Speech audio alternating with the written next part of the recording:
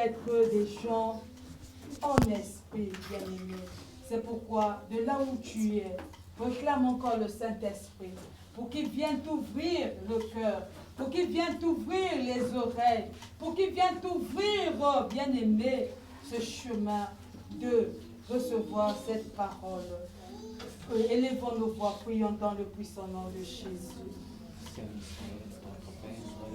L'Esprit se répand maintenant pour donner à ton peuple que nous sommes la capacité de comprendre, Seigneur, la parole de ce matin.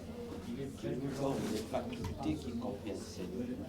Pour que nous ne soyons pas ce matin, Seigneur, déçus, mais que nous soyons des gens ayant l'esprit des disciples ce matin. Que cette parole fasse du bien. Merci cette encore, parole vient, Seigneur, de nous faire comprendre ce que nous n'avons pas encore vu, papa, ce que nous n'avons pas encore, Seigneur, entendu, papa. Saint-Esprit de Dieu, touche encore chaque personne qui est là, afin que, Seigneur mon Dieu, qu'elle ne soit privée de cette parole que tu as réservée pour nous ce matin. Car ta parole, Seigneur mon Dieu, mon roi, accomplit tous les desseins pour lesquels, Seigneur mon Dieu, tu les as envoyés, papa. Seigneur, merci encore pour ta parole de ce matin, papa. Et kamae shadai ke la ostina e baba osana e baba oshida. Que rien, Seigneur mon Dieu, mon roi, ne soit un obstacle, Seigneur mon Dieu, afin de ne pas, Seigneur, recevoir cette parole. Que les cœurs tous, papa, ô Père très saint, puissent encore être connectés à toi. Et que, Seigneur, toi seul puisse encore, Elohim et Shaddai, que la ostania baba oshe, bénir notre entendement, que toi seul, Seigneur, puisse encore être glorifié au moment de au moment de la parole. Au moment, Seigneur, que nous allons recevoir ton pain, papa, que tu as envoyé. Pour nous, Seigneur, Père très saint, donner ce pain quotidien, papa. Oh Seigneur, mon Dieu, nous tournons encore nos cœurs vers toi, dans la soif de recevoir encore. Car tu as dit, venez aux eaux, vous tous qui avez soif. Oui, Seigneur, des cœurs certainement en soif. Laisse que tu puisses encore couler dans ces cœurs, papa, des torrents d'eau vive, qui est ta parole, papa. Que la gloire, l'honneur, la puissance te reviennent. Dans le même élan, bien-aimé, nous allons encore recommander l'orateur de ce matin entre les mains du Seigneur. Que Dieu lui-même encore puisse encore se servir de lui, afin d'accomplir ses desseins. Élevons nos voix, prions dans le puissant nom de Jésus.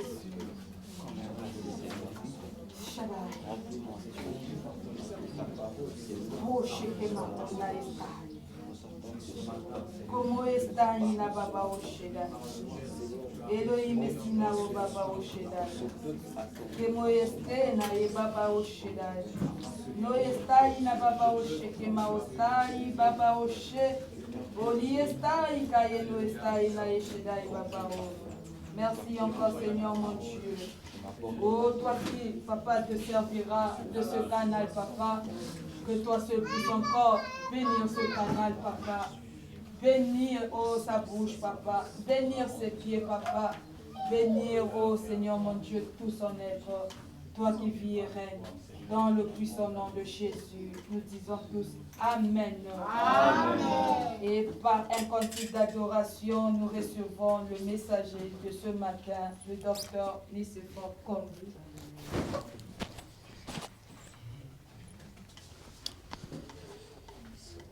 Tu es le Dieu qui entre et qui vient.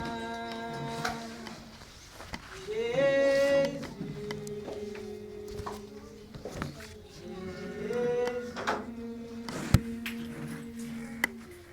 Oui, je crois en toi, ma vie est dans tes mains.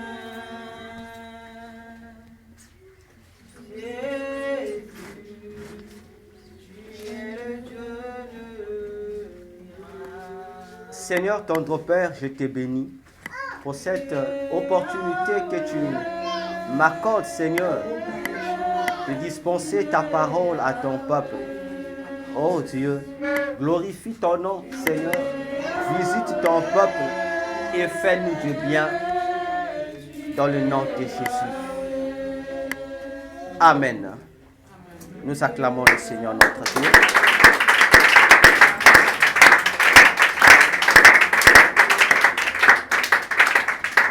Pendant que nous sommes debout, je salue l'Assemblée.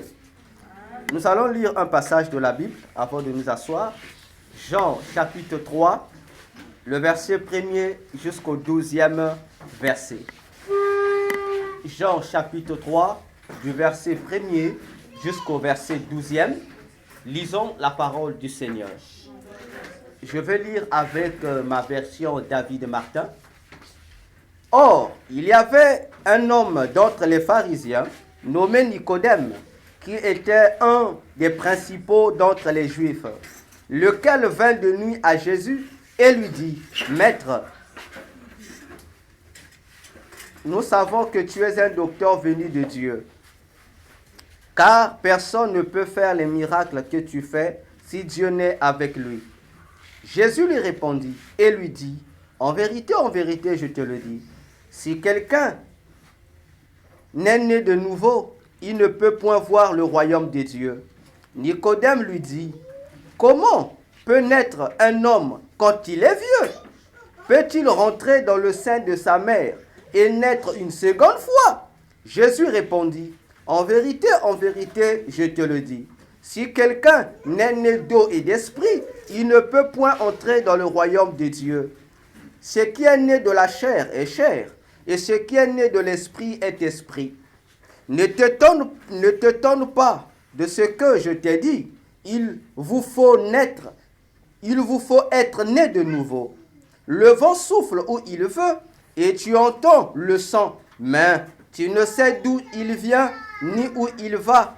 Il en est ainsi de tout homme qui naît de l'esprit. » Nicodème répondit et lui dit, « Comment se peuvent faire ces choses? » Jésus répondit et lui dit, « Tu es docteur d'Israël, et tu ne connais point ces choses. En vérité, je te dis, que ce que nous avons, que ce que nous savons, nous le disons, et ce que nous avons vu, nous le témoignons, mais vous ne recevez point notre témoignage. Si je vous ai dit ces choses terrestres, et vous ne les croyez point, comment croirez-vous si je vous dis des choses célestes? » Amen. Nous acclamons et nous pouvons nous asseoir.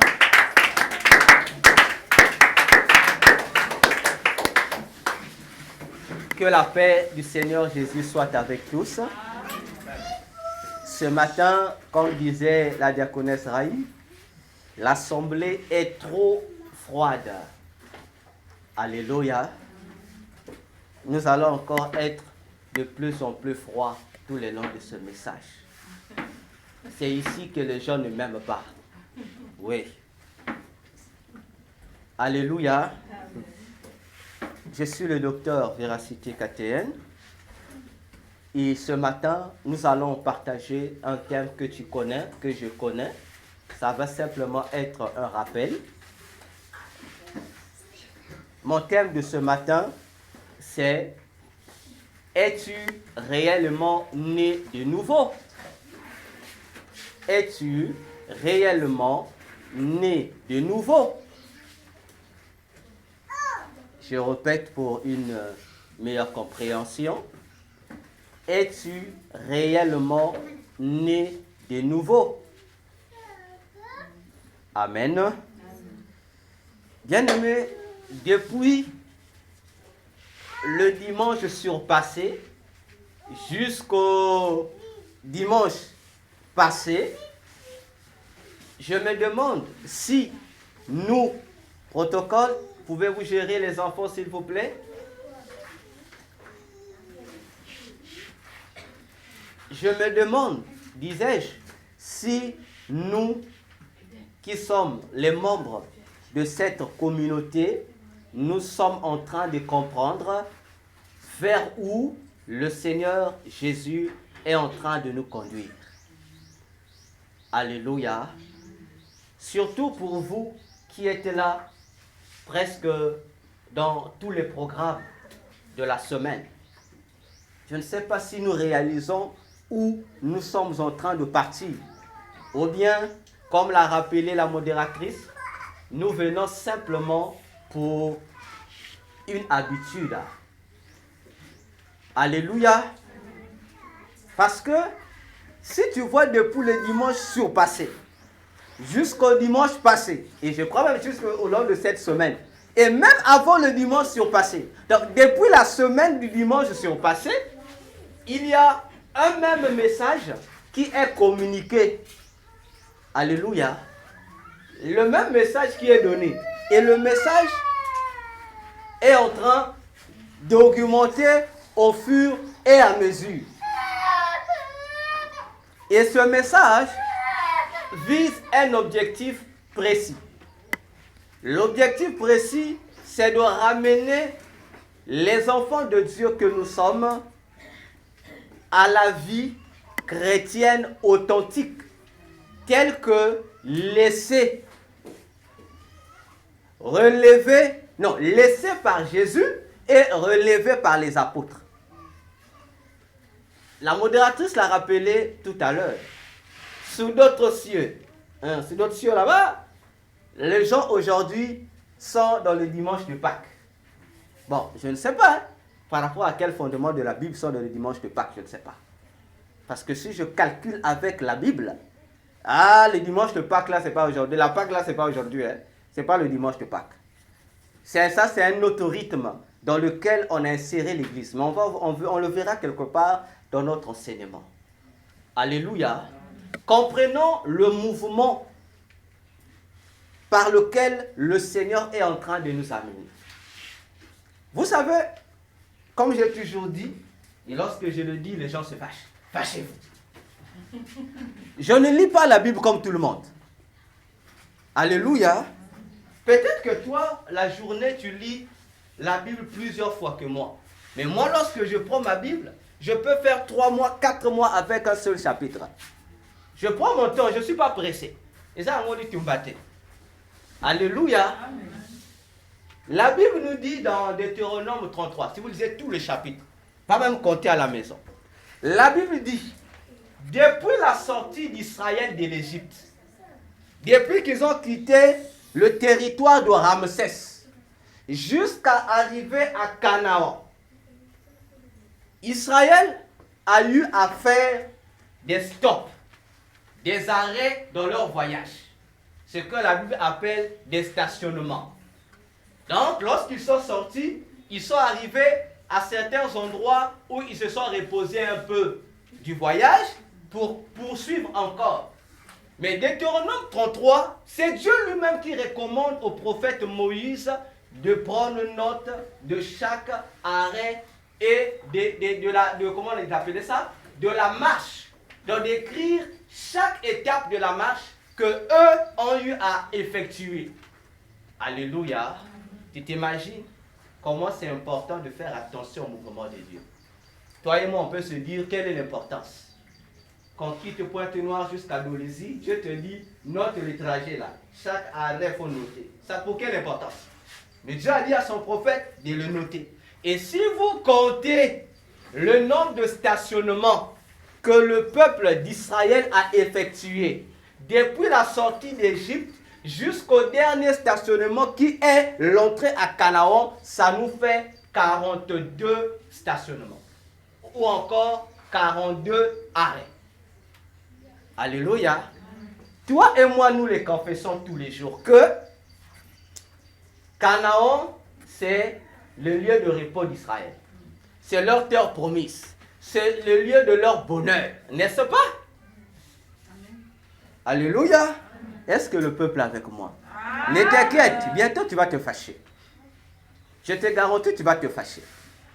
Mais ce qui est curieux, si depuis la sortie de l'Égypte jusqu'à Canaan, il y a eu 42 stationnements. Et le 42e stationnement, c'est le stationnement qui donne le bonheur, qui donne la paix, qui met le peuple dans le conditionnement de la promesse du repos.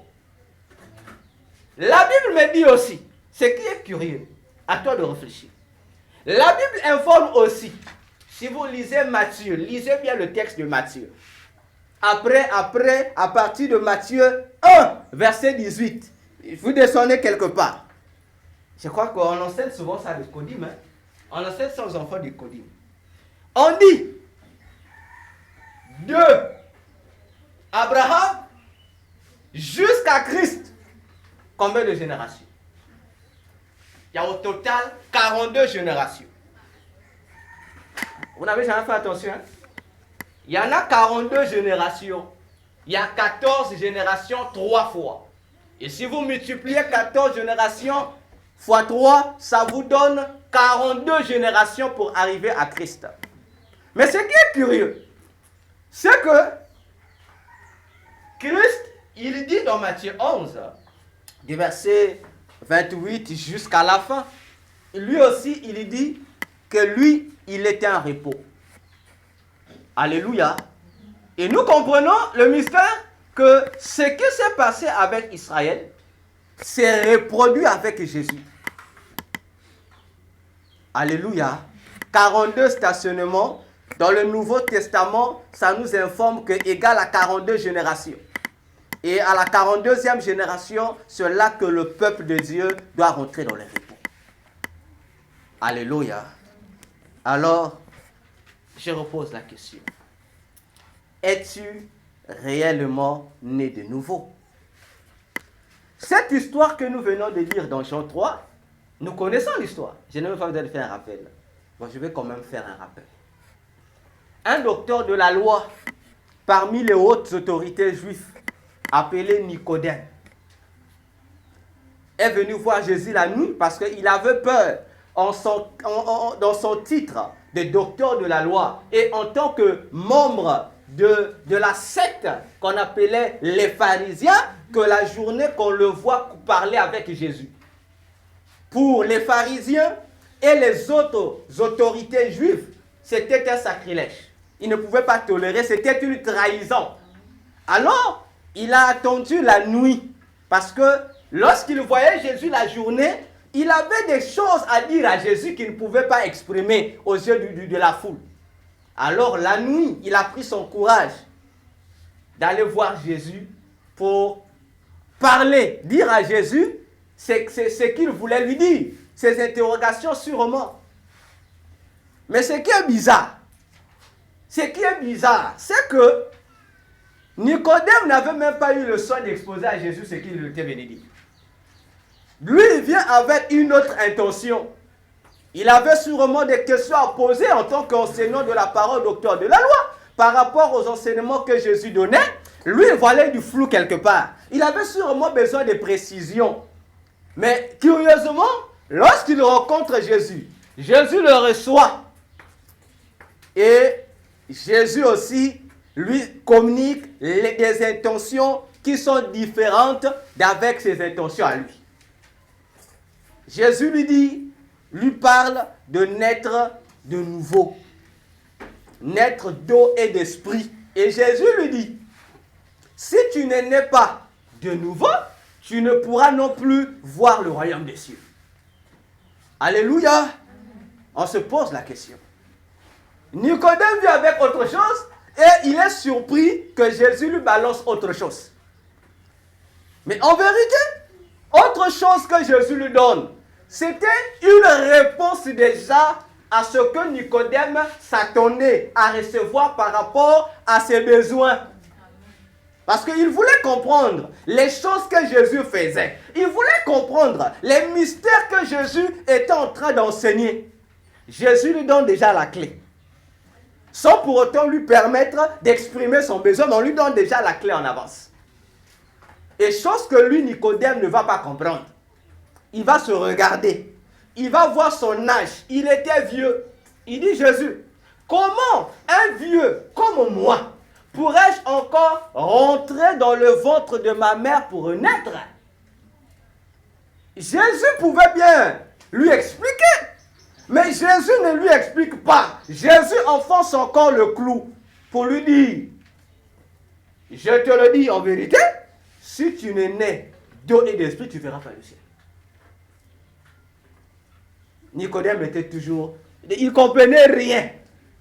Et Jésus va lui dire, toi Nicodème, toi docteur de la loi, toi qui es chef religieux, Toi qui occupes une fonction dans la maison de Dieu, comment ne connais-tu pas ces choses?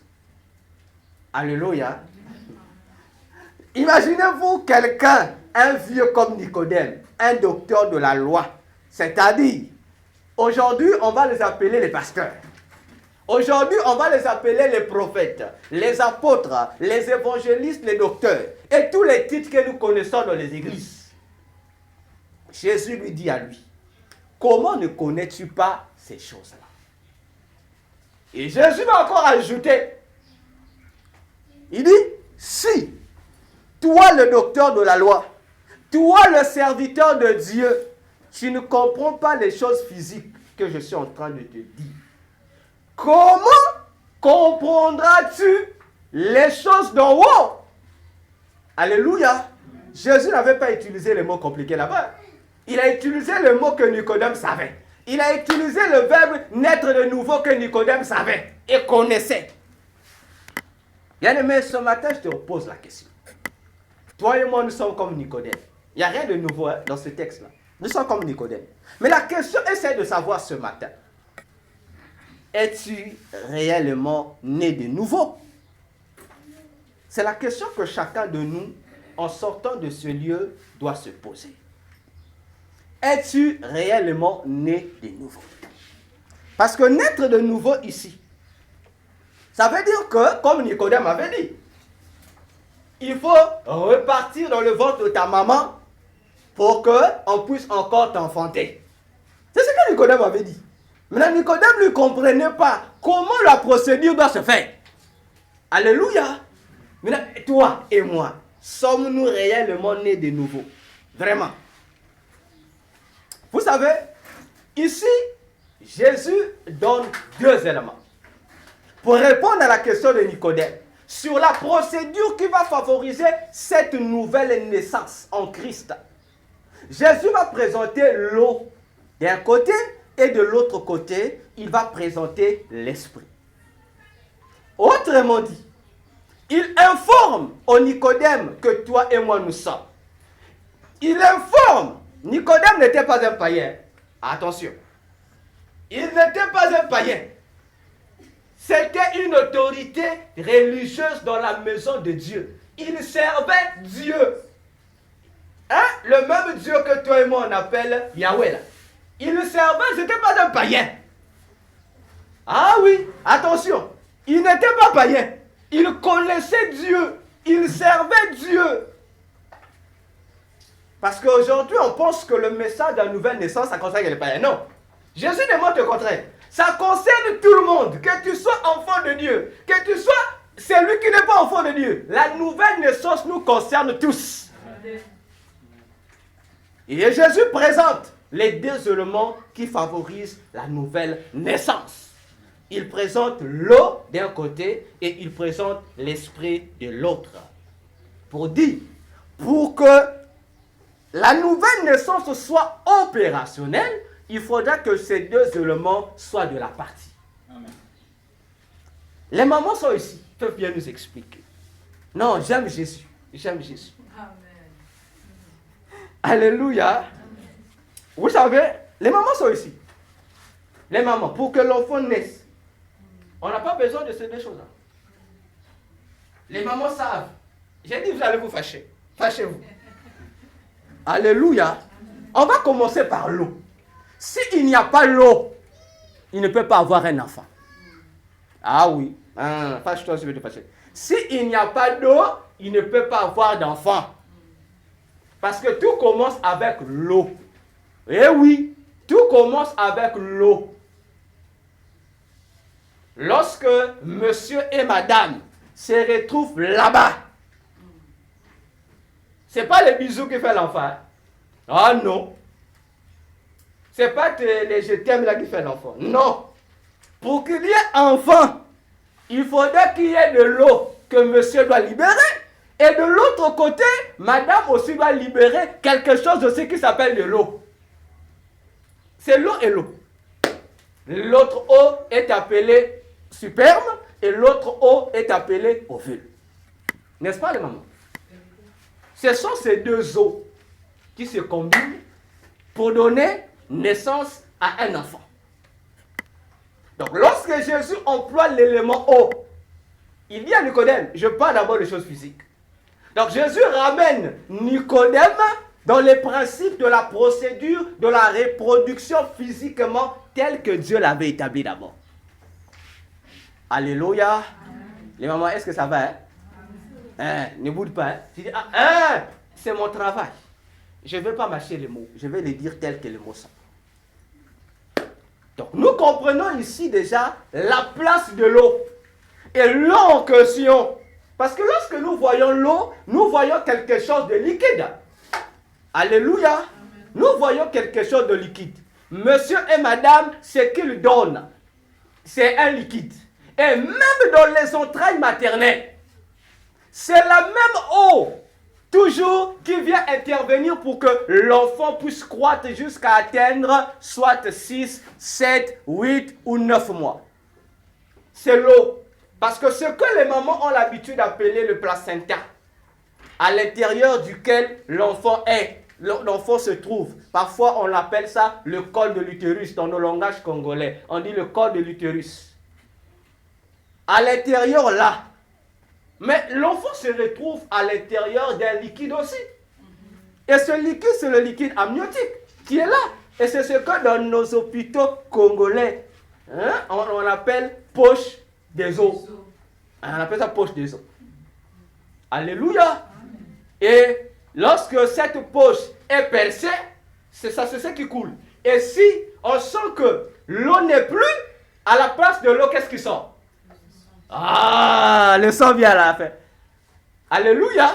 C'est ça la réalité, non?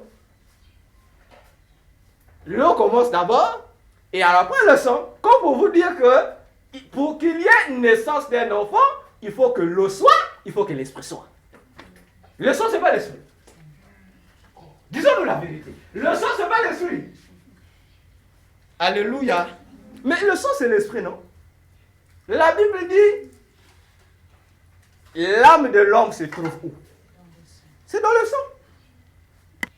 Donc Jésus ne fait que prendre ce qu'il avait déjà établi physiquement, mais il va le ramener sur le plan spirituel.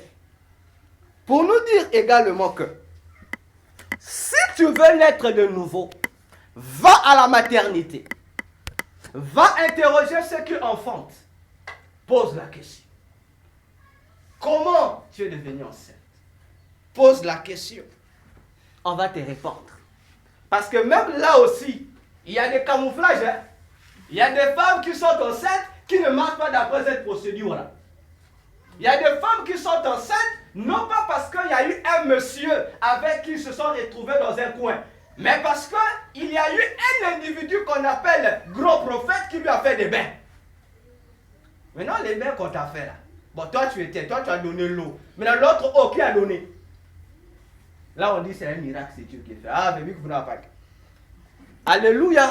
Le féticheur qui te donne l'enfant là, bon, il te fait laver, il te fait des grimaces. Mais vous posez au féticheur. Moi, j'ai l'eau. Mais l'autre eau là, ça vient de qui? Le féticheur là ne te dit pas. Et tu enfantes, tu es content. Et tu viendras aussi témoigner à l'église que Dieu a fait un miracle. Mon frère, ma soeur, c'est pas Dieu. C'est pas Dieu. Ça, c'est pas Dieu. Dieu ne se reconnaît pas dans cette procédure-là. Dieu a sa procédure personnelle qu'il a établie. Alléluia. Et si physiquement, nous avons besoin d'eau pour qu'il y ait la nouvelle naissance, Jésus nous informe également que sur le plan spirituel de la nouvelle naissance, on a aussi besoin de l'eau. Sans cette eau-là aussi, tu ne vas pas naître. Parce que la nouvelle naissance, ça veut simplement dire que si dans la première naissance, tu es né fils de ton père et de ta mère, spirituellement, tu dois aussi naître fils de ton père et de ta mère. Alléluia. Est-ce que je me fais comprendre?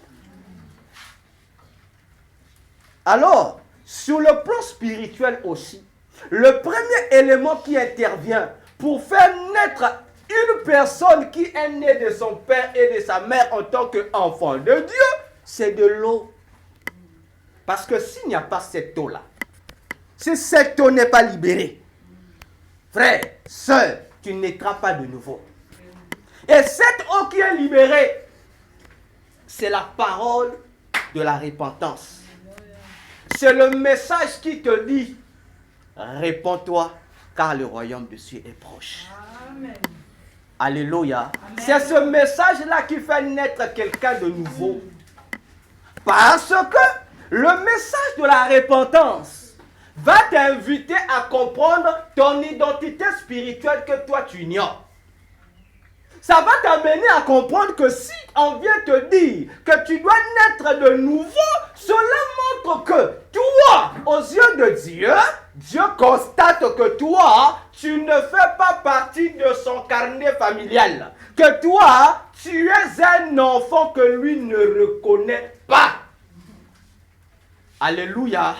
Je ne parle pas de bâtard, parce que là aussi il faut corriger. Hein? Parce que nous, les Congolais, on a donné au mot leur signification. Parce que chez nous, ici, un enfant bâtard, on dit moi, Namakango. Non, c'est une erreur. Même au Congo, ça n'existe pas. Un enfant bâtard, c'est un enfant qui est né avant le mariage. C'est celui qu'on appelle un enfant bâtard. C'est pas moi, Namakango. Ben, bien le poteau. Parce qu'on ne va pas nous rendre bêtes comme ça. Donc, un enfant bâtard, lorsqu'il fait un bâtard, au fait, tu l'insultes pas. Toi, tu penses que tu l'insultes. Mais s'il est né, il est né avant le mariage, il est bâtard. Ce n'est pas une injure. Au fait, tu révèles son identité seulement. Mais un enfant qui est né dans le mariage, on l'appelle enfant légitime, c'est tout. Maintenant, toi, comme tu veux insulter ta rivale, oh non, alléluia. Et c'est la même chose avec Jésus. Sûrement, nous avons écouté le message de la repentance. On continue à l'écouter chaque jour presque. On l'écoute dans les bus, à la maison, partout, même dans la ruelle. Il y aura toujours une église quelque part. Tu écouteras toujours ce message. Parfois, on flash seulement. Convertis-toi. Réponds-toi. Parce que c'est le premier élément que Dieu a rendu disponible pour faciliter la procédure de la nouvelle naissance en Christ. Parce que Dieu aussi a besoin d'avoir des enfants sur la terre. Tu es né de ton père et de ta mère. C'est bien, c'est ce qui fait de toi un être humain. Mais attention, lorsque Dieu t'a créé depuis Genèse, Dieu t'a créé avant tout pour être fils de Dieu, pour après être fils de ton père et de ta mère. Alléluia. Parce que l'objectif de Dieu, lorsqu'il veut créer l'homme, il dit dans Genèse 1, verset 26, il dit, créons l'homme à notre image et à notre ressemblance. Qui crée l'homme? N'est-ce pas Dieu? Est-ce qu'il dit créer l'homme à l'image de son père ou de sa mère? Il commence par se comparer à lui. En te créant, il voulait que Adam puisse d'abord représenter lui Dieu. Avant le reste. C'est après qu'il vient dire à Adam et à sa femme Ève que multipliez-vous d'après votre espèce. Comme pour dire, vous êtes fait à mon image. Mais en vous reproduisant, vous devez maintenant vous reproduire en double identité. Vous devez reproduire d'autres créatures qui doivent à la fois être vos enfants et mes enfants. Alléluia. Mais l'élément que nous appelons le péché est venu couper la procédure. L'élément est venu couper ce pouvoir que Dieu a donné. En temps normal, lorsque Adam et Ève devaient mettre au monde, les enfants là qui devaient naître devaient avoir les doubles identités. À la fois enfants des hommes, à la fois enfants de Dieu. Mais le péché qui est rentré en Éden par le serpent ancien est venu retirer d'Adam et Ève le pouvoir de produire des enfants à Dieu. Ils sont restés avec le pouvoir charnel. Ils sont restés avec le pouvoir physique. Alléluia. Amen. C'est pourquoi j'ai toujours dit, Adam et Ève n'ont jamais mis au monde.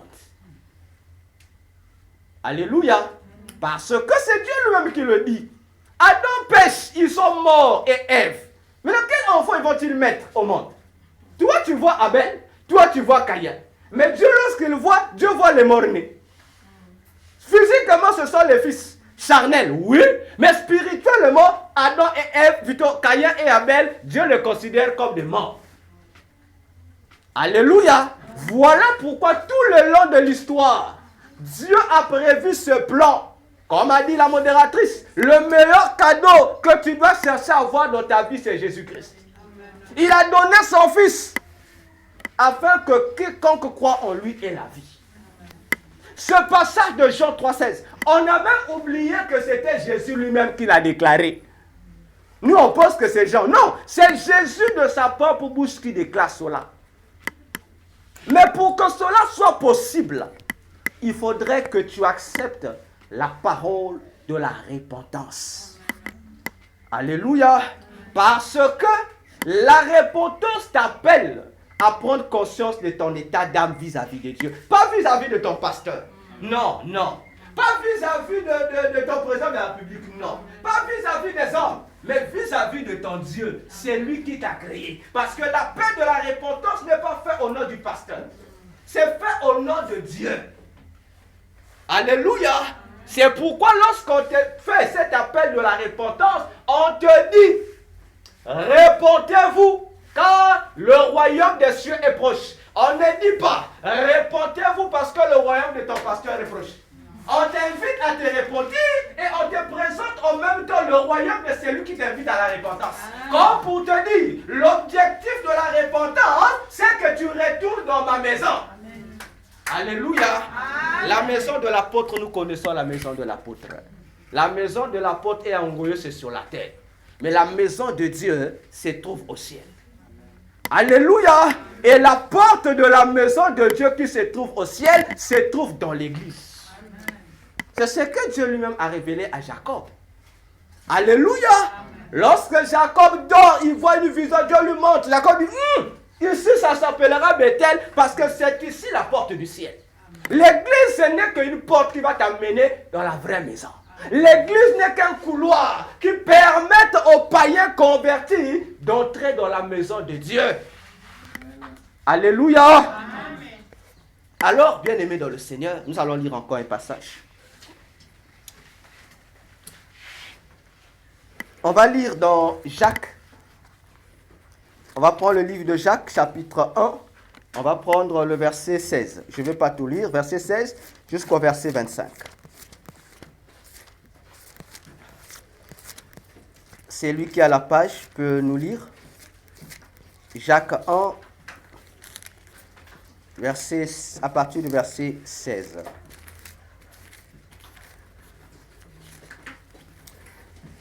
Lisons la parole du Seigneur.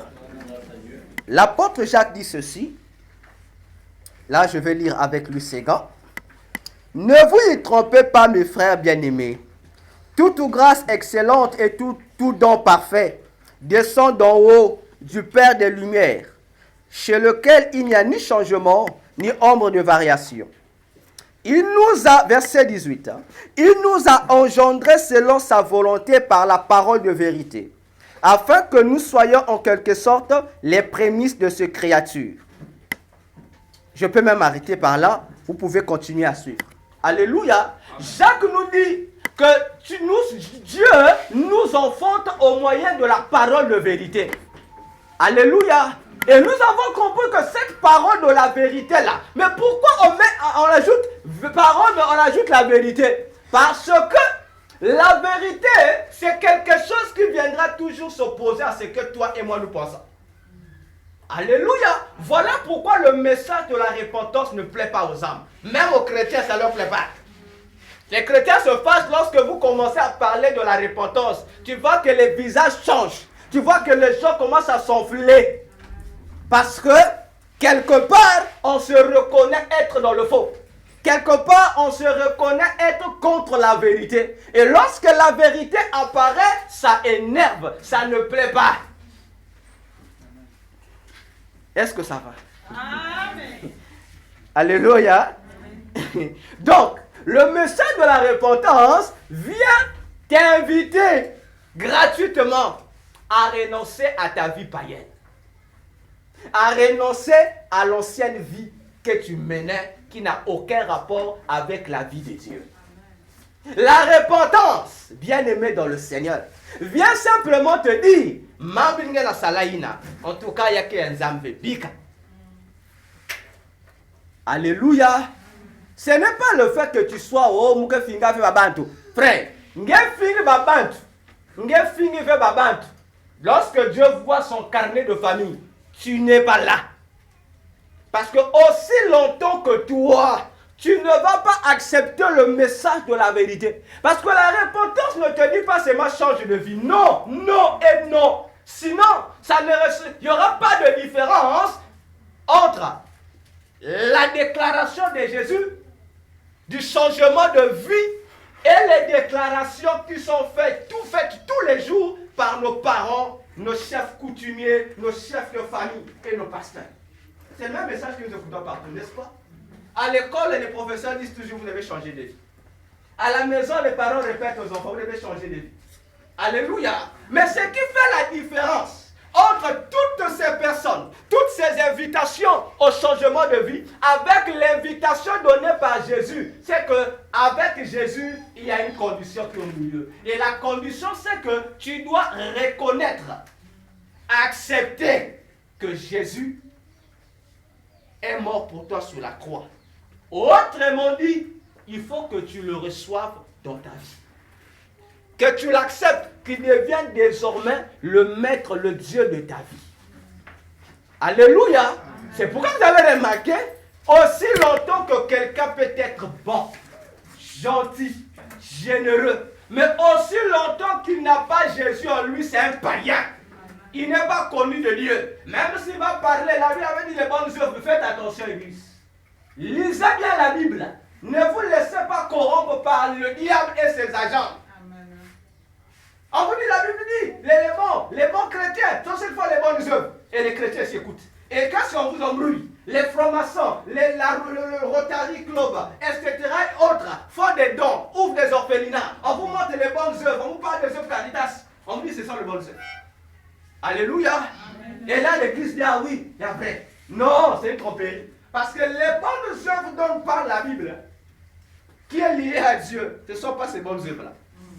Les bonnes œuvres-là, ce sont le fruit de ce que libère la foi chrétienne. Parce que Jacques dit, la foi en Christ a aussi ses œuvres. Les œuvres de ces hommes-là ne relèvent pas de la foi de Christ. Ça relève du mensonge de Satan, de la fausse foi. C'est une illusion, c'est une tromperie pour induire les gens en erreur. Alléluia. La foi aussi a ses critères. C'est pourquoi la Bible dit, c'est lui qui dit qu'il a la foi, il doit marcher selon les œuvres de la foi. Amen. Alléluia. Ce sont les mêmes œuvres. Mais l'élément qui fait la différence, c'est la marque qui accompagne ces œuvres-là. Il y a une marque qui accompagne les bonnes œuvres, qui est la marque de Satan. À côté, il y a une marque qui accompagne les bonnes œuvres, qui est la marque de Jésus. C'est ce qui fait la différence. Satan aussi guérit. Jésus aussi guérit. Alléluia. Le serpent, le bâton de Moïse est devenu serpent. Les bâtons de magiciens de Pharaon, ce sont même des serpents. Plus que même pour Moïse. Moïse avait un. Et ils étaient deux. Alléluia. Mais la différence, c'est que l'autre bâton avait un nom et les deux bâtons aussi avaient un nom, des noms. C'est ce qui fait la différence. Alléluia. Et, comme je le disais, lorsque l'eau est rentrée, l'eau là doit s'installer quelque part et doit créer la place, les entrailles de la femme, l'utérus ou encore le placenta. Alléluia. Et lorsque ça crée cet environnement-là, c'est à l'intérieur de cet environnement que l'embryon, le fœtus, va commencer à se développer, va commencer à prendre place, va commencer à prendre forme pour devenir l'enfant que tu vas chérir. Alléluia. Et la même chose aussi se produit avec l'eau de Dieu qui est la parole de Dieu. La Bible déclare dans Romains 10-17, la foi vient de ce qu'on entend. Et ce qu'on entend vient de la parole de Christ. Lorsque tu reçois la parole de la repentance, de tout ton cœur, parce que la parole de la repentance fait quoi d'abord? Ça commence d'abord par te montrer le bien et le mal de ce que toi tu fais. Au fait, ça t'interpelle. une fois interpellé, ça t'invite à faire quoi? À reconnaître ça. Il y a l'interpellation et il y a la reconnaissance. C'est deux choses. Hein, parce que la repentance a des sections. Et une fois que tu reconnais, et la repentance t'amène dans la troisième dimension, c'est l'abondance. Mais nous avons des gens, ils reconnaissent la conscience, le reproche que ça c'est mauvais. Après il dit, ah rien. Et il dit, Aline, pourquoi ça caca? Alléluia, c'est pas cette repentance dont Jésus parle. Non. La repentance de la Bible, hein, tu dois traverser ces étapes-là. Tu reconnais ça c'est bien, ça c'est mauvais. Et tu acceptes que ce que toi tu fais là c'est mauvais.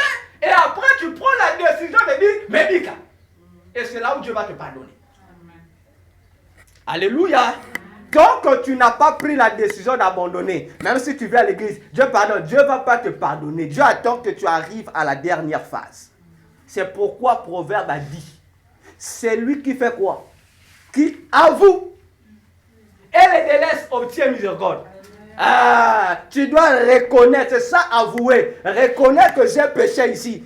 Et une fois que tu avoues, tu te confesses et tu prends la décision d'abandonner, à ce moment-là, Dieu décide de te pardonner. Et là maintenant également, une fois que tes péchés sont lavés par le sang de Jésus, qu'il a versé sur la croix pour cela, automatiquement, il y a une autre sémence de cette parole qui va s'injecter au-dedans de toi pour créer le placenta où désormais la nouvelle créature que toi tu dois être va maintenant croître. C'est pourquoi on dit, ton véritable toi, ce n'est pas la chair que tu nous présentes. La Bible traite, non, le Dieu de la Bible, j'aime dire son nom, Jésus, il ne traite pas avec ton corps, il traite avec ton homme intérieur. Parce que le véritable toi, c'est ce qui est à l'intérieur de ta peau, de ton corps. Alléluia. Parce que la nouvelle naissance n'implique pas ton corps physique. Amen. Ton corps physique appartient à tes ancêtres. Mais ce qui appartient à Dieu, c'est l'image qu'il a déposée au-dedans de toi. C'est cette image-là, c'est cet homme intérieur-là qui a la même nature que Dieu, qui doit naître de nouveau pour se réapproprier la vraie identité de Dieu qu'il a perdu devant les. Alléluia. Voilà pourquoi la foi, lorsqu'elle vient, elle entre en toi. La foi va faire le travail que fait le placenta. Alléluia. Lorsque le placenta est établi, le placenta à son tour va créer une connexion qu'on va appeler le cordon ombilical. Parce que l'enfant qui va croître dans le placenta, toute sa vie, sa nutrition, l'air qu'il va respirer et autres va dépendre de ça, du placenta. Alléluia. C'est pourquoi aussi, celui qui naît de nouveau en Christ par la parole du salut, la foi s'installant en lui, il sera désormais nourri au travers de la foi. Voilà pourquoi la Bible déclare, celui qui appartient à Jésus ne marche plus selon la vie. Il marche désormais selon la foi. Ta vie ne va plus dépendre de ce qui est physique, mais de ce qui est intérieur. Physiquement, tu peux être pauvre. Mais à l'intérieur de toi, tu es riche. Alléluia. Est-ce que quelqu'un m'entend? Physiquement, obala, ça ne dit absolument rien à Jésus. Jésus se soucie plus de ton homme intérieur. Voilà pourquoi la Bible nous parle de l'homme riche et du pauvre Lazare. On donne la situation détaillée de Lazare, le pauvre. Frère, tu es mieux que Lazare. Mais on dit, lorsque les deux sont morts, ils ont été enterrés. Mais l'homme intérieur du riche a été amené à sa place. L'homme intérieur du pauvre aussi à sa place. Amen. Le plus riche se retrouve pauvre, le pauvre se retrouve riche. Oh, ça c'est compliqué ça. Et le riche dit non, mais regardez là-bas, moi aussi je veux. On lui dit, oh monsieur le riche, lorsque tu étais sur la terre, tu as eu ta part. N'est-ce pas? Lazare n'a pas eu sa part. Mais Lazare ici maintenant, il a sa part. Alléluia. Alléluia. Est-ce qu'il y a quelqu'un qui m'écoute ce matin? Est-ce que quelqu'un me comprend ce matin? Acclame pour Jésus ce matin.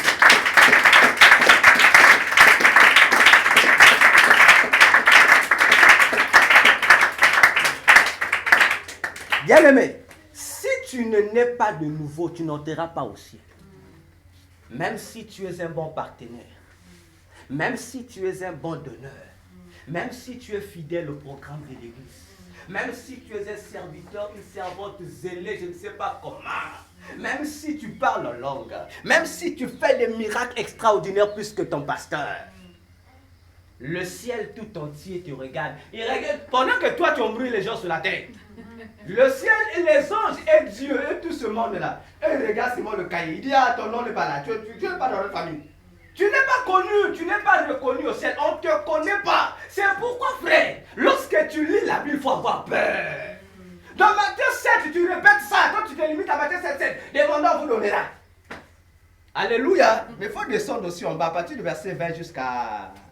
Jésus dit, ce jour-là devant le tribunal, plusieurs diront, n'avons-nous pas fait ceci en ton nom? N'avons-nous pas? À la fin, Jésus dit, retirez-vous de moi, serviteurs de l'iniquité, je ne vous ai jamais connu. Apôtre, je me pose la question.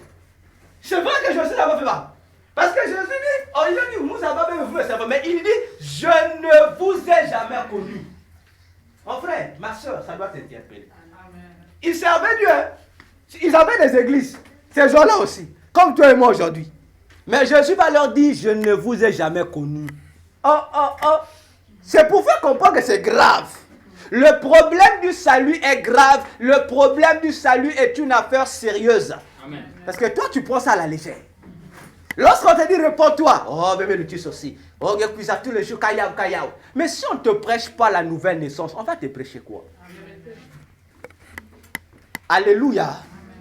Jésus, lorsqu'il a commencé son ministère, il a commencé, il dit, répondez-vous, le royaume de Dieu est proche. Amen. Il est rentré, il a répété à un moment donné, il s'est relaxé un peu. Il a commencé à détailler comment est le royaume. À la fin aussi, il a ramené, il est revenu. Répondez-vous, répondez-vous. Et il montre, il donne aussi le même message. Allez inviter les gens à la repentance. Mais nous, l'église, nous ne voulons plus parler de la repentance. On veut parler de voyage. Bon, moi, je me suis marié. Qu'est-ce qui a changé? Il n'y a que mon statut qui a changé. De célibataire, je suis devenu marié. Est-ce que le fait que je suis devenu marié, on a dit que je vais rentrer au ciel? Est-ce que le fait que je me suis marié, Jésus me dit que bon, voilà, tout est fini, tu as vécu le péché, vraiment, fais comme tu veux, vraiment, toi déjà, tu es déjà au ciel? Non! Alléluia! Es-tu réellement né de nouveau? Hébreux 11 nous dit, verset 6 je crois, sans la foi, il est impossible d'être agréable à Dieu. Vous comprenez que l'eau dans la nouvelle naissance est importante. Alléluia. Parce que l'eau va t'amener à être dans la foi et la foi va t'inviter à être agréable à Dieu. Maintenant, toi déjà tu n'aimes pas ça. Toi tu aimes seulement le péché. Parce que l'objectif de l'eau, c'est de t'enlever dans le péché. C'est de te laver, de te nettoyer. Voilà pourquoi l'eau, il a son élément, son outil qui travaille avec lui pour représenter son action au-dedans du nouveau converti.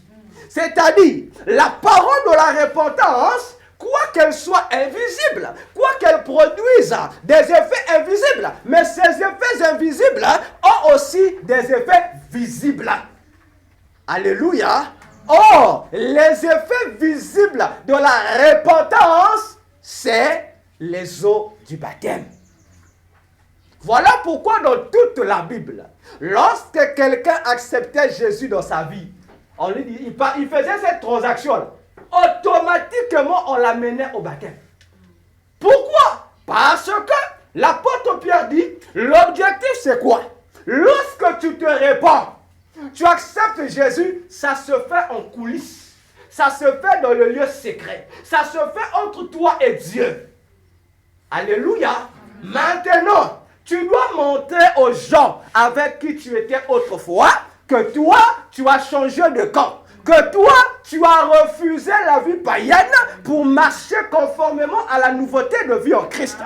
Alors, pour confirmer, autrement dit, pour montrer à ces gens-là ton adhésion désormais à Jésus-Christ, on te dit va passer aux eaux de baptême. Parce que les eaux de baptême marquent une séparation entre ceux qui sont dans l'eau et ceux qui sont sur la terre. Alléluia. Et lorsque tu rentres dans le baptême, tous ceux qui sont autour de toi réalisent que toi, tu as confessé publiquement. Tu as manifesté le témoignage pour dire, je suis rentré dans l'eau, je suis mort avec Jésus et je suis ressuscité avec Jésus. Même si je vais retourner au milieu de vous, mais je ne retournerai plus en tant qu'homme de la terre, mais je retourne au milieu de vous en tant que l'homme des eaux, parce que désormais en moi, il y a les eaux de la vie de Jésus qui coulent. Alléluia. Ton statut, ton état spirituel également change. Voilà pourquoi il est inconcevable pour un chrétien qui dit être le nouveau qui refuse le baptême. Frère, si tu rencontres un bien-aimé pareil, comprends qu'il n'est pas encore né de nouveau. Alléluia. Parce que c'est lui qui a déjà accepté Jésus. Comment refuses-tu de montrer publiquement que tu as accepté ce Jésus? Alléluia. Il y a un problème dans l'église aujourd'hui. Comment on peut se réunir dans le culte avec des chrétiens non baptisés? Et tu es fier. Tu te dis non baptisé, tu es fier. Et je nomme la villa heure amour. Quelle heure est la villa? En fait, en réalité, tu es un infiltré parmi les baptisés. Alléluia. Alléluia. Et tout ça aussi, c'est parce que dans les églises, nous avons créé des stratégies qui ne sont même pas bibliques. C'est dit où que pour baptiser quelqu'un, il doit passer par le catéchisme. C'est écrit où que pour baptiser quelqu'un, il faut lui faire des cours. C'est écrit où? Alléluia. C'est écrit où? Dans la Bible, j'ai vu que quelqu'un reçoit Jésus maintenant là. Si il y a la possibilité à la journée, on l'amène au son du baptême. Les cours après. C'est pourquoi on dit on ne baptise pas les enfants. Parce qu'un adulte sait pourquoi il a accepté Jésus, on l'amène au son du baptême. Maintenant, nous aujourd'hui, quelqu'un qui a reçu Jésus aujourd'hui, on lui fait passer 2 semaines, il doit d'abord comprendre c'est quoi le baptême avant de le baptiser, frère. Mais vous êtes antichrist. Vous empêchez les gens de montrer aux gens qu'ils ont accepté Jésus. Alléluia. Alléluia. Amen. Les gens qui venaient se baptiser auprès de Jean-Baptiste. Jean-Baptiste, attendez, on a là-bas un séminaire ici pour le baptême. Les gens que les disciples de Jésus baptisaient, on les faisait attendre. Tout ça pourquoi? Les stratégies qu'on vous met qui vous empêchent d'aller même au ciel. Amen. Alléluia. Amen. Je vais vous dire une vérité sur le baptême. Alléluia. Amen. Le baptême ne te sauve pas. Ça confirme seulement ce qui s'est passé intérieurement entre toi et Jésus. Mais le baptême t'emmène en enfer si tu n'as pas ça. Dieu est bizarre, hein? Hein? Eh bien, Dieu est bizarre, hein? Alléluia. Amen. Il dit dans Marc 15, 16, celui qui croira et qui sera baptisé sera sauvé. Amen. On a dit celui qui ne croira pas sera condamné. Donc vous comprenez que croire est attaché avec le baptême. Amen. Bon, maintenant toi qui as accepté Jésus, pourquoi tu n'es pas baptisé? Ça veut dire qu'en fait tu dis à Jésus, Jésus, bon, nous sommes pessimés le signe, mais, bon, bah, peut-être partir. Comme vous pouvez partir, le jour où tu meurs, frère, comme tu peux ça à moitié. Or, Jésus dit, tu ne peux pas dire servir Jésus et le diable. Soit tu appartiens à Jésus, soit tu appartiens à Satan. Il n'y a pas un corps au milieu là. Non, ça n'existe pas. Ça veut dire, comme tu as un pied sur Jésus, un pied encore chez Satan, ça veut dire que tu appartiens à Satan. Jésus est démissionnaire. Il te laisse à Satan, ça veut dire que tu meurs, tu n'es pas sauvé. Bien-aimé, ce n'est plus le temps de rêver. Alléluia. C'est le temps où chacun de nous doit prendre conscience. Je ne m'adresse pas aux païens. Vous êtes des chrétiens tous ici. Il n'y a pas de païens ici. Je m'adresse aux gens de la maison de Dieu. Es-tu réellement né de nouveau? Alléluia. Est-ce que ça va? Est-ce qu'on peut encore acclamer le Seigneur?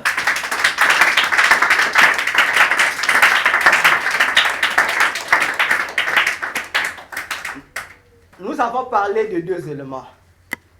Mais ici, nous parlons du premier élément qui est la parole, qui doit t'amener à la repentance pour faire de toi enfant de Dieu.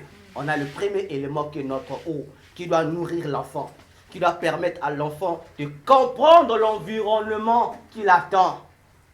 Alléluia. Un enfant qui est dans le liquide amniotique, on se pose comment l'enfant respire dans l'eau. Ah, ça n'interpelle pas les mamans. Hein? Alléluia. Mais l'enfant se trouve pépère dedans. Il mange là-bas. Il fait tout dedans. Parce que son environnement a été préparé par les liquides, les semences qui l'ont créé. Alléluia. Alors dis-moi, quelle est la foi qui t'a créé, toi? L'environnement dans lequel tu vis. Quelle est cette foi qui a formé ça? Alléluia. C'est ça. Parce que si tu as reçu une mauvaise foi, ça veut dire tu as reçu une mauvaise parole. Autrement dit, au lieu que tu naisses de nouveau, on va maintenant t'aider encore à faire quoi? À vieillir dans ton vieil homme. Tu crois que tu es né de nouveau, mais on t'a aidé encore à rester païen, plus païen encore. Parce que Jean disait, ne mettez pas foi à tout esprit, examinez-les. Est-ce que toi tu examines? Toi, toutes les prédications qui passent à la télé, écoute, surtout sur le Facebook, même, écoute. En fait, tu n'examines pas, tu as le dépôt. Tout ce que je fais, toi, tu dois voir le verset biblique. Mais toi, tu ne lis pas le commentaire qui est là. Quand tu as vu le verset biblique, tu dis, ça c'est pour Dieu. Qui t'a dit ça? Alléluia. Qui t'a dit ça? Est-ce que tu examines la parole qu'on t'enseigne? Est-ce que nous prenons le soin d'examiner? C'est ça le danger. Lorsque le docteur dit comme ça, les gens se fâchent. Fâchez-vous! Nous sommes au temps où les gens doivent se fâcher comme les gens sont fâchés à l'époque de Jésus et des apôtres. Lapidez-nous si vous voulez, mais nous n'allons pas nous taire. Pour dire à l'église, réveillons-nous. Alléluia. L'évangéliste le disait le dimanche passé, le réveil ce n'est pas une question du nom d'une église. Le réveil c'est l'homme intérieur qui est dans le chrétien qui doit prendre conscience. Alléluia. Jusqu'à quand allons-nous continuer dans le péché? Jusqu'à quand? Si tu es né de nouveau, ça veut dire que la parole qui t'a nettoyé, la parole t'a nettoyé, toi tous les jours tu continues encore dans le péché et tu donnes des raisons. Oh la chair est faible, mais Jésus, ne faites pas dire à Jésus ce que Jésus n'a pas dit. Jésus n'a pas dit la chair est faible. Il dit la chair est faible, oui, mais l'esprit est bien disposé. Maintenant, si toi jusqu'à aujourd'hui tu continues à pécher, ce n'est pas parce que ta chair est faible. Sinon le Saint-Esprit que tu as reçu, quel est ton rôle dans le toi? Tous les jours, tu viens ici, on peut Saint-Esprit. Mais là, ça veut dire qu'en fait, si on comprend bien, tu es un tonneau vide. Le Saint-Esprit n'est même pas en toi. Parce que si le Saint-Esprit est en toi, je ne comprends pas comment toi, tu vas être ami du péché. Alors que l'objectif du Saint-Esprit en toi, c'est de te donner une colère envers le péché. C'est de te pousser à être ennemi du péché. Mais le Saint-Esprit qui est en toi, c'est un Saint-Esprit qui t'aime, qui t'aide à aimer le péché. Non, on doit bien voir. Parfois le Saint-Esprit qui est en toi, c'est tu foibo, je ne sais pas comment tu l'appelles. 10 000 fois c'est tu foibo. Alléluia. Parce que si c'est le Saint-Esprit la Bible, tu devais être différent. On doit voir que toi tu es né de nouveau. Quel est l'évangile que tu écoutes? Quel est le Saint-Esprit que tu as reçu? Quelle est la qualité de la foi que tu as? Alléluia. Et tu oses indexer les serviteurs de Dieu. Ah, docteur, il a prêché, donc il est parfait. Mon frère, moi, je n'ai jamais eu. On te dit, je suis parfait. Fâche-toi encore. Moi, je te dis que je suis parfait. Maintenant, tu regardes tous mes défauts. Moi, je te dis, je suis parfait. Amen. Mais si pour toi, je ne suis pas parfait, moi, je te dis, pourquoi Dieu m'appelle saint? L'affaire est finie ici. Je ne suis jamais de faux, oui, mais lorsque Jésus me voit, il m'appelle un saint. Alors que lorsque Jésus voit un païen, il lui appelle païen. Donc, il doit avoir cette différence dont Dieu parle dans Malachie 3, le verset 16 à 18. Dieu dit, vous verrez de nouveau la différence entre ceux qui me servent et ceux qui ne me servent pas. Mais ceux qui servent Dieu, ce sont des humains comme toi et moi. Ce sont des gens qui ont des défauts comme toi et moi. Mais lorsque les yeux de Dieu voit que parmi ces humains qui ont des défauts, il y a la différence. Alléluia. Alors, quelle est ta différence? La différence, c'est que nous, les chrétiens, nous ne péchons pas. Docteur Big Mami, nous ne péchons pas. Attention. Ce n'est pas moi qui dis, c'est Jean qui dit. Maintenant, on dit, ceux qui pêchent sont du diable. Ah, il y a problème, le pouton a vraiment problème. Mais pourtant, nous péchons, hein. Mais Jean dit, ceux qui sont nés de Dieu ne pêchent pas. Mais qu'est-ce que Jean veut dire réellement? Il ne dit pas que le chrétien ne peut pas pécher, non. Mais lorsqu'il parle de péché ici, il parle de vivre dans le péché. Autrement dit, Jean dit ceci, ceux qui sont nés de Dieu ne vivent pas dans le péché, ne pratiquent pas le péché. Mais ceux qui ne sont pas de Dieu, le péché c'est leur identité. Le péché c'est leur vie. C'est pourquoi il y a la différence entre celui qui a commis un crime et un criminel. Alléluia. Je ne sais pas si vous l'avez compris. Hein? Entre toi frère, toi sœur,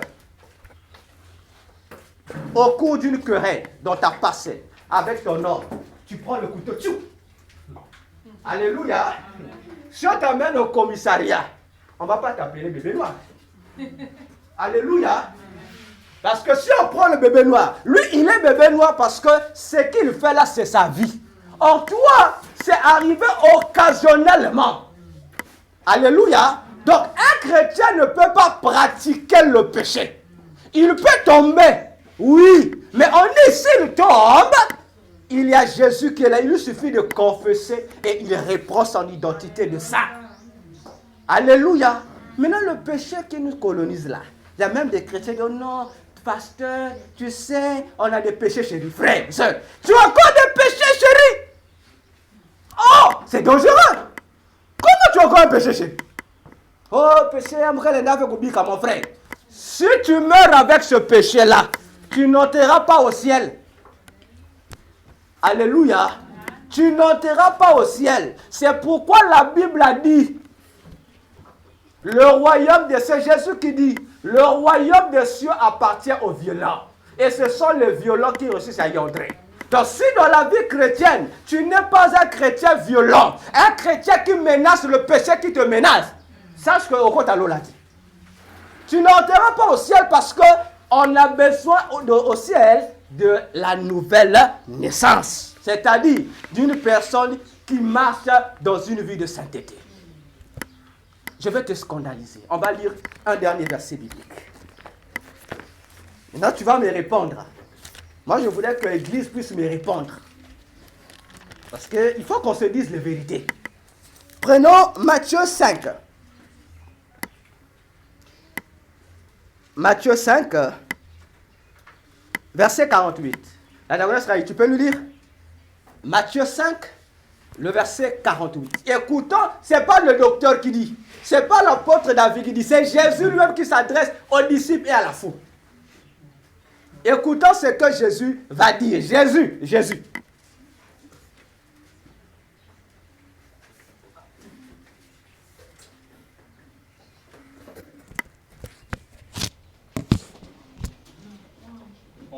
Oui, pasteur. Nous disons dans le nom de Jésus-Christ. Nous bénissons le Seigneur notre Dieu. Soyez donc parfaits, comme votre Père céleste est parfait. L'apôtre, s'il te plaît, répète ça encore, l'apôtre. Soyez donc parfaits, comme votre Père céleste est parfait. Amen. Amen. Acclame pour Jésus.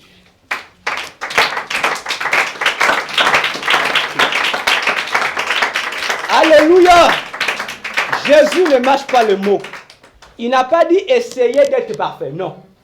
Oh non, il dit soyez parfait, comme votre Père est parfait. Maintenant, ces journées, toi et moi, tu es devant Jésus. Mais c'est que je fasse parce qu'on se dit, Jésus, chacun de nous devait voir ses faiblesses. Chacun de nous devait voir ses manquements. Chacun de nous devrait se contenter de ses défauts. Mais lui, il s'en fout de nos défauts. Il te dit, sois parfait. Amen. Comme Dieu. Mon frère, on dit que Dieu est saint. Bon, il y a ceux qui disent, il est 3 fois saint. Il y a ceux qui disent, Dieu, non, on a vu toutes les saintetés. Mais on te dit, sois tel que Dieu est. Toi, sois comme ça. La première idée qui vient dans ta tête maintenant, tu dis, il est impossible, il est impossible. Mais Jésus dit, c'est possible. Amen. Maintenant, entre ta réflexion et celle de Jésus, nous allons prendre laquelle? Si lui, Jésus, Dieu, il t'a dit c'est possible. Maintenant, comment toi, un animal, non, moi je viens le mot français qui me convient. Un bête. Vous connaissez un bête, non? On a dit quoi? Zoba. Un idiot. Hein? Comme un animal. Un idiot en tant qu'animal, serpent aussi, un animal. Donc, il est 2 fois bête. Il est d'abord bête en tant qu'animal, il est aussi bête en tant qu'idiot, mais il vient te dire que c'est impossible de marcher dans la sainteté. Maintenant, Dieu, qui est le plus intelligent, a dit c'est possible. Maintenant, on te met devant un choix, toi tu vas là où ça permet. Parce que c'est le diable, tout est autorisé. Mais c'est Dieu, tout n'est pas autorisé. Amen. Ah oui, là aussi les chrétiens se fâchent lorsqu'on dit ça. Oui, c'est Dieu, tout n'est pas autorisé. Alléluia. C'est pourquoi il y a certaines choses qui demandent à pas t'imposer les mains sur les athées. Il ne faut pas accuser Dieu. Il ne faut pas accuser les gens. Il faut qu'on comprenne seulement que chez Dieu, tout n'est pas autorisé. Amen. Hein? J'ai fini. Je sais, regarde encore. Oh, j'ai fini.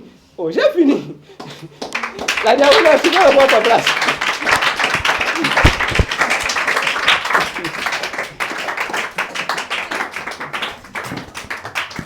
Est-ce que nous pouvons encore acclamer pour notre Dieu?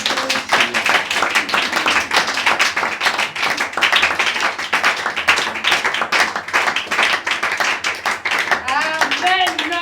Amen. Il a fini pour aujourd'hui, mais gardons cette soif, bien-aimés, car nous allons encore recevoir de tels enseignements dans les jours prochains. Amen. Amen. Dieu nous a parlé ce matin. Est-ce que Dieu nous a parlé ce matin? Amen. Amen. Alléluia. Bien-aimés, oui, comme disait le docteur, examinons réellement ce que Dieu nous dit ces derniers temps. Amen. C'est des choses à prendre au sérieux, bien-aimés. Parce qu'il revient sur la même chose. Est-ce que nous sommes réellement nés de nouveau? Est-ce que nous sommes réellement enfants de Dieu? Alléluia. Bien-aimés, nous devons nous examiner. Car Dieu ne sort pas sa parole vainement.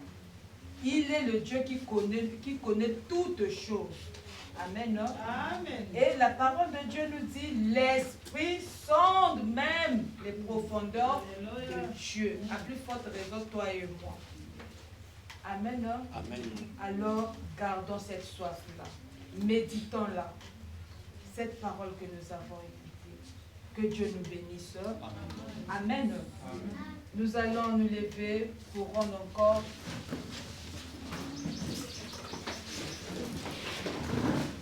grâce à Dieu pour cette parole que nous avons écoutée. Car la parole de Dieu déclare que Dieu n'envoie pas sa parole sans pour autant accomplir les desseins pour lesquels, et que la parole de Dieu ne retourne pas à Dieu sans pour autant accomplir les desseins pour lesquels elle a été envoyée. Laisse que tu puisses encore dire merci au Seigneur pour cette parole qui t'a été donnée ce matin, car elle a certainement accompli un dessein de Dieu dans ta vie. Élevons nos voix, prions dans le puissant nom de Jésus. Seigneur, nous te bénissons. Béni sois-tu, Seigneur. Message de ce matin, Louange à toi, Papa, ô Père.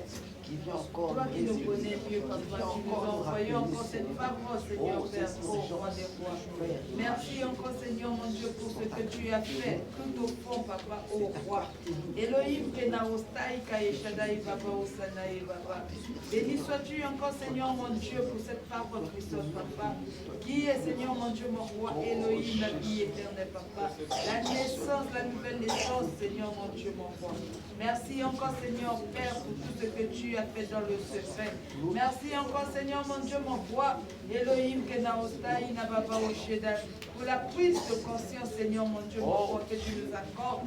Merci, Seigneur, mon Dieu, mon roi, pour le vouloir et le faire, Seigneur, mon Dieu, que nous avons reçu de toi maintenant, Papa, afin, Seigneur, mon Dieu, oh, de continuer notre marche sur ton chemin, Papa. Béni sois-tu, Seigneur, que la gloire te revienne. Toi qui vis et règne. Dans le puissant nom de Jésus, nous disons tous Amen. Amen. Nous pouvons nous mettre. Certainement, tu es venu avec ton uniforme. Tu vas la prendre.